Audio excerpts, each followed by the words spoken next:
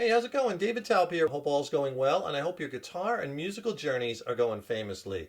I've been getting a lot of requests lately to do a few more acoustic lessons and some more rhythm and chord lessons, and I like to change it up a bit, try to provide a little something for everyone. And in this lesson, we're going to learn a big batch of chords based off of an E minor chord. I just want to show you just how deep you can go with chords and how, you could substitute chords even for the same chord but have a total different sound, total different richness and texture.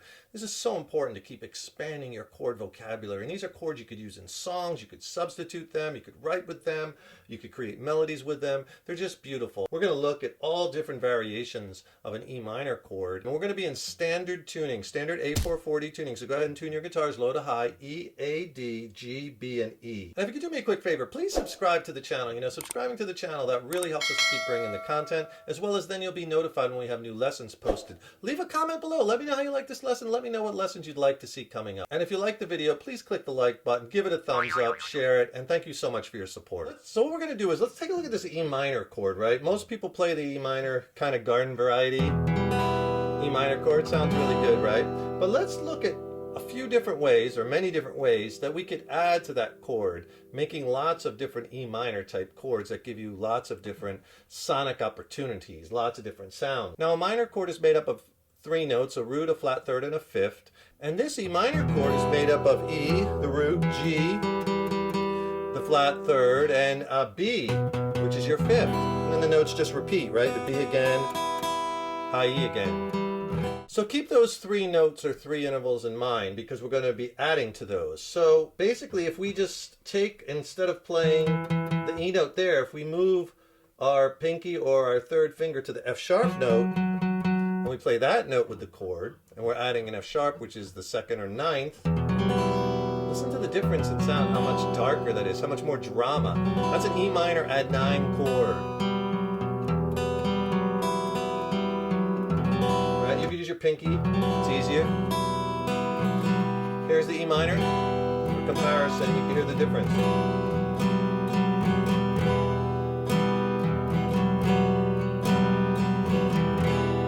Right? Just by a slight little addition of one note, E minor add 9. But if we take this E minor chord and we add this B flat note to it with our third finger at the third fret of the G string, check out how this chord sounds. It's kind of really dark but pretty and beautiful.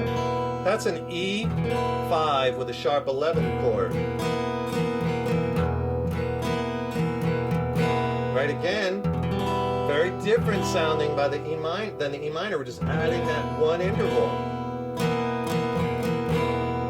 Right, and taking away actually a note there. Really sweet chord. Now you might be playing an E minor 7th chord. We're going to add these two notes up top. At the third fret, we're going to add a D note, that's our flat 7, and the G note up top again. And you get this, with 4 fingers, you have an E minor 7. Really rich sounding chord. There's your E minor, here's E minor 7. Hear the difference. Now you can also play an E minor 7, instead of playing in the high E string at the third fret, adding the G, you could just play that open, putting the E back in there, because we already have the open G in there too, right? And that's an E minor 7th. Again, it's an E minor 7. Listen to this one. Versus the other one. Same chord, the timbre's a little different, because we're playing, 2 G notes here, there we're playing an additional E note, and not that G note. But I like them both. So using 3 fingers on that E minor 7th chord. From this E minor 7th chord, if you take your third finger and just go back a half a step or 1 fret, and you play the C sharp note with your E minor chord, listen to this. That's an E minor 6th. We're adding that 6, that C sharp to the chord, right? Listen from the, if I go back from the E minor 7 to the E minor 6.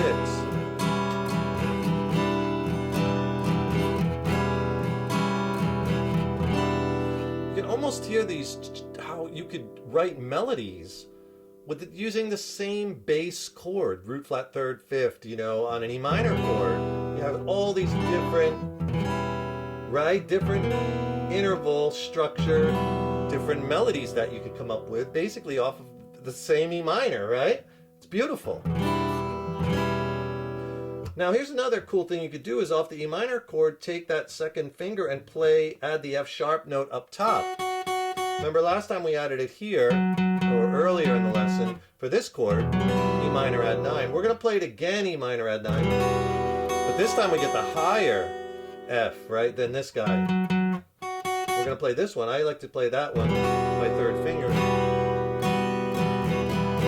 There's our E minor add 9. Right, so let's experiment with some of those. Let's play something like the E minor add 9, E minor 7th, E minor 6th. Let's see what that sounds like. We'll just do like a down, down, up, down, and strum. Give you some musical application with these chords, right? Make it a little interesting. All off E minor. Let's see what that sounds like. E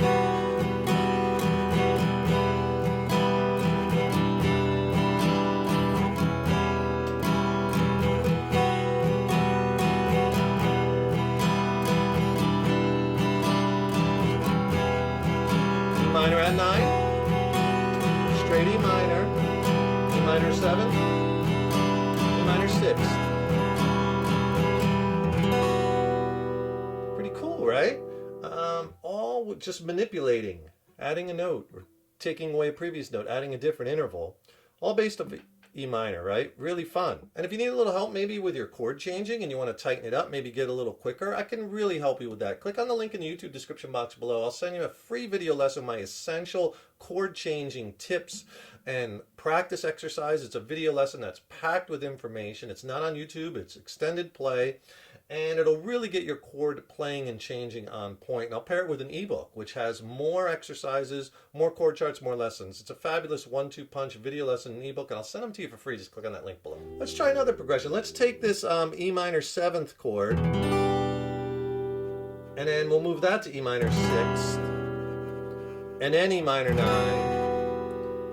and then let's do that move. So there what I did was I played this chord. It's just an E minor chord because all I did was I added this G note. Remember, G is in the chord and we're playing it with that open G, but it adds a little bit different timbre. See, here it is just with the E minor, and we'll call it with the high G. Now listen to that versus E minor. See, you can hear the difference. Here it is, you could use your pinky with that too. I do that a lot. Sometimes I'll add a note to a chord that's already in the chord, but an octave or 2 octaves up. Like you could do it on a C major chord. What if you add your pinky in that same place on the G? See, G is in C major also. There's your C major. But listen with the high G. See? You get into that higher register a little bit. It makes the chord sound a little different timbre-wise.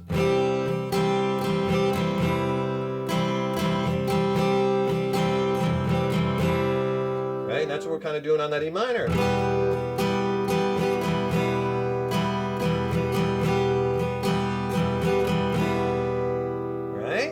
So let's try a little progression, E minor 7, E minor 6, E minor add 9, and then slide that up to our E minor with the G. High G. That'll sound like this.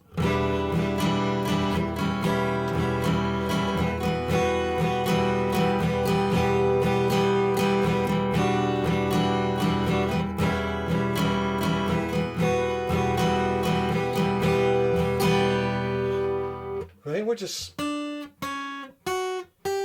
moving those high intervals around within that E minor chord, or playing within that chord, coming up with all kinds of different melodies. And you could do all kinds of combinations, substitute this for your E minor chord, or embellish while you're doing your E minor chord. You could do so much with it. And this is just with E minor, and I showed you a little bit on C, but you could do that with any chord.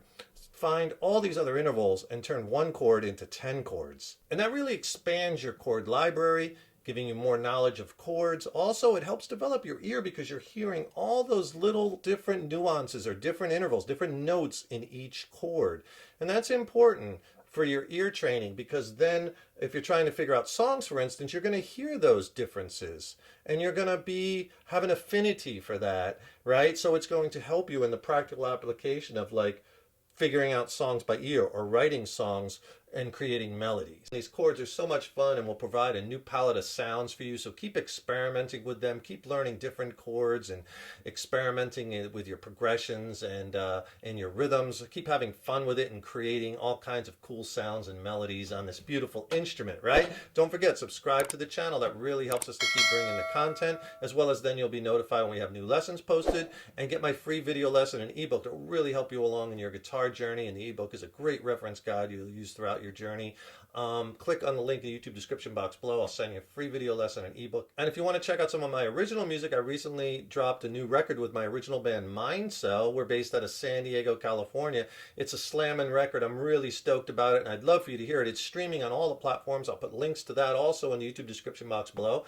Check out the record. Let me know what you think. And then if you have any questions on the songs or maybe the gear I used or the studio production, drop me a line. I'd love to hear from you. Thanks so much for watching this lesson and for your support over the years and years. So appreciate it. Keep up all that hard work on those guitars. Keep having fun with them. And remember, your guitar playing is an evolution. So enjoy the journey. Take care, rock on, and I'll see you in the next lesson.